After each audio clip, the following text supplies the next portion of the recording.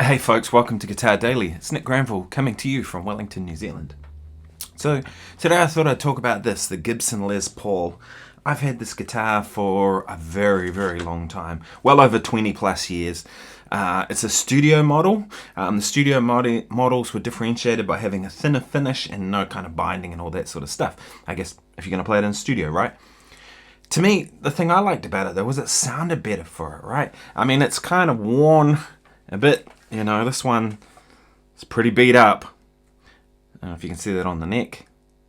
It's sort of, it's taken its battle scars, but to me it's like the thinner finish instruments, I think they sound better. No finish. That would be ideal, right? But there's a couple of things I talk about why I don't play this live.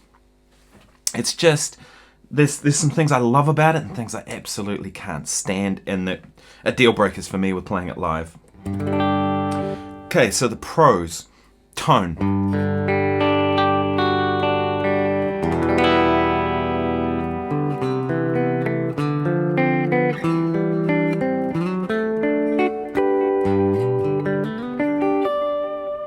That's both pickups, neck pickup.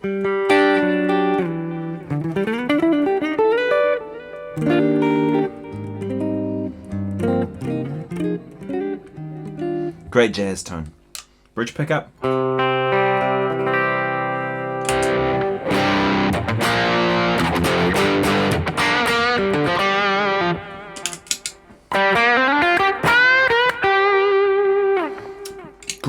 Great tone. This is got different pickups in it. These are Seymour Duncan Antiquities, which I put in probably 10 years ago, maybe longer. To me, a Les Paul pickup should be quite bright. It's not. I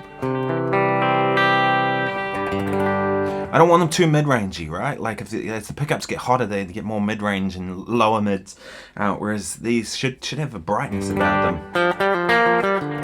I mean, in a lot of ways, it's kind of like a Telecaster, isn't it? Two pickups, no tremolo, simple kind of design, right? It just works. I like the playability. This one here has a 59 neck, so the big chunky neck. To me, that's my favorite neck profile, is big chunky neck. I like the nut width. Again, 59, it's not the thinner Gibson that happened in the 60s. It's playability, it plays like butter, this thing. It's really good. The scale length, I like the 24 3/4. I prefer 25-inch scale length, but this is good. Big one for me is the sustain.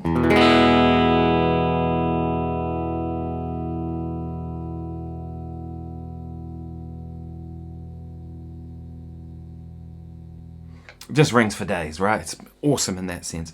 So those are all positive things. Now the reason I won't play one live, and I've stopped years ago playing this, it's just too heavy. That's the first thing, right? This guitar weighs between 9 and 10 pounds, and this is actually weight relief to some degree.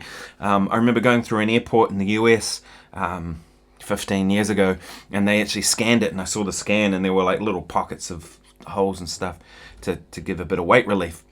It's just too heavy for me. I've had an injury to my collarbone when I was a teenager. I broke it, and so the muscle in the back works overtime, so heavy guitars, I can't do it. A 2-hour gig with this is back-breaking. It really is. So I'd rather play other guitars. To me, the Les Paul killer is the AR420 by Ibanez, and that's the one I've preferred. It does the Les Paul thing very, very well. Is about 2 pounds lighter at least, and has the more versatility of coil taps and all the rest of the stuff. So that's one. The second reason I won't play this live, and it's kind of a pain with all Gibsons, is the tuning issues you have here. Because the string comes in here and goes off at an angle, it's hitting the nut at an angle, and the G string in particular and the D, they tend to just slip a lot. Way more than any other guitar. I think Paul Reed Smith have really corrected that sort of design with this sort of look. See how it's coming in straighter into the nut? That fixes one of the big issues Gibson have with tuning. It's a real pig. Now I know you can get a thing here that pulls them in closer so that it comes straighter on it. I think it's called a string butler or something like that. I don't know, I just think they look ugly. I'd rather put up with the tuning issues. So to me, it's because it's a studio instrument. I can stop and tune. Even then, I've had takes go bad when I do this.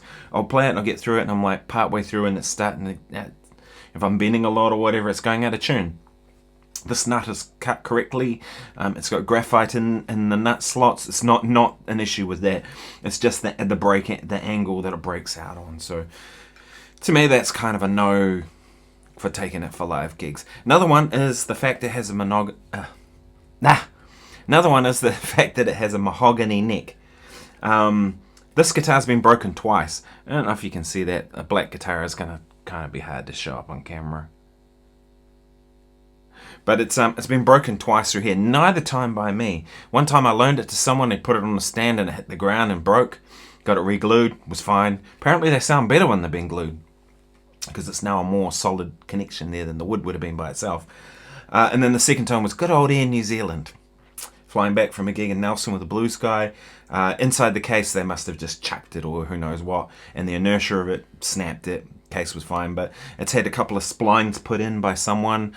They paid for the repair, so it got repaired, got sent back to me. So it's been broken twice. They're really not roadworthy in that sense. I mean, even in, like, if it broke inside a case, that's not great, right? You could put it in a flight case, but the inertia of it could break it, right? Which is what happened here. It's just a part of the design. The headstock has an angle, and the grain goes straight.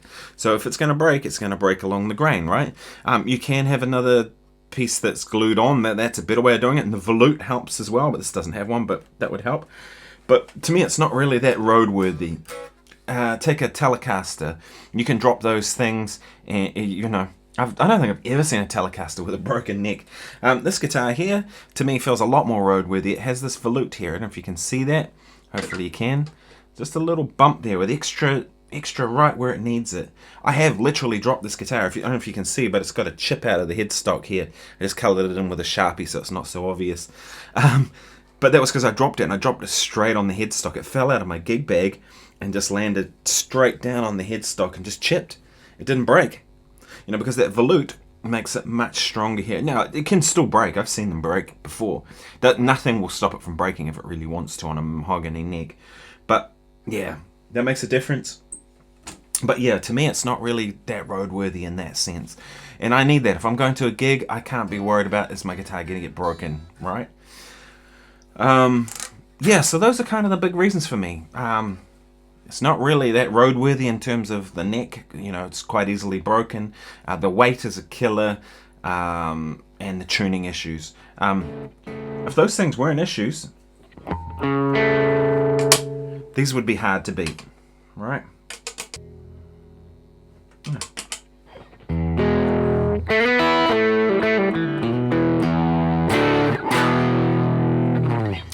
I just think it's a classic design. So it's a really useful instrument to have in the studio.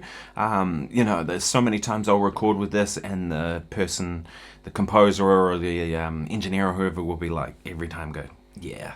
Kind of like a Telecaster. You get a Telecaster out in the studio, and it just works for so many things, which this sort of guitar does too.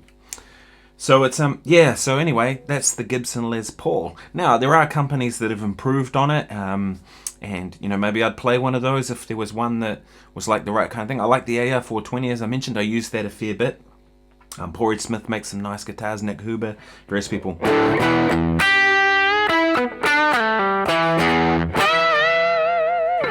So I hope that's been useful. If it has, please subscribe. Otherwise, I'll play you out on some parts.